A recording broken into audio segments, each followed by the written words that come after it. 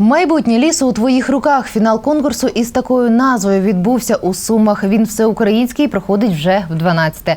Організатори Сумське обласне управління лісового та мисливського господарства цього року підготували учасникам та переможцям з усієї Сумщини чимало сюрпризів.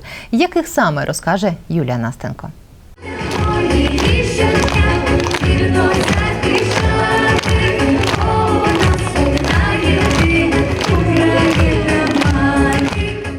Ось так гамірно та весело розпочався фінал конкурсу «Майбутнє лісу у твоїх руках» на базі Сумського обласного центру позашкільної освіти та роботи з талановитою молоддю. Малеча із усіх куточків Сумщини сьогодні тут, аби нарешті дізнатися, чий малюнок та твір про ліс стали кращими. Організатори кажуть, роблять все, аби привчити молоде покоління любити природу.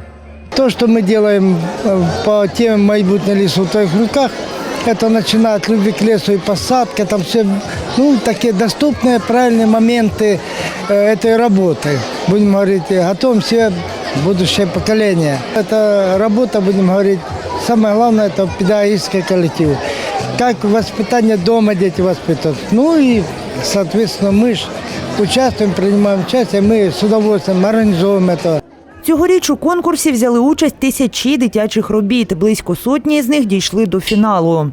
Я сьогодні з великим задоволенням і честю вітаю найкращу молодь, дітей, які зростають небайдужими до справжніми патріотами нашої батьківщини, тому що патріотом може бути лише та людина, яка цінує, шанує і любить природу рідного краю.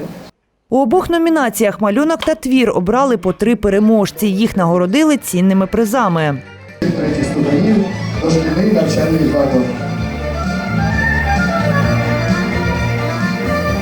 Нам же вдалося із переможцями поспілкуватися особисто. Малюнок чотирикласниці Поліни із Ямполя виборов перше місце у своїй номінації. Дівчинка із захопленням розповідає про свою картину.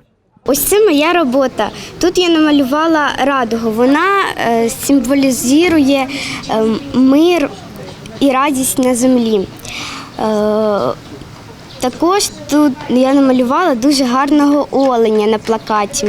А ось Юлія із Сум участь у цьому конкурсі брала вже вдруге. І цього разу її твір визнали кращим. Перший раз я не перемогла, але я на цьому не зупинилася. Наступний рік я також почала писати. Мій твір спонукає людей для того, щоб вони захищали ліс, оскільки це наші легені. Тому що ми дихаємо завдяки природі, лісу, який виробляє нам кисень. І учасники конкурсу і запрошені гості залишилися у захваті від концерту та нагородження. Ті ж, хто перемогу не виборов, матимуть змогу спробувати свої сили вже наступного року. Юлія Настенко, Олександр Сокол. Новини СТС.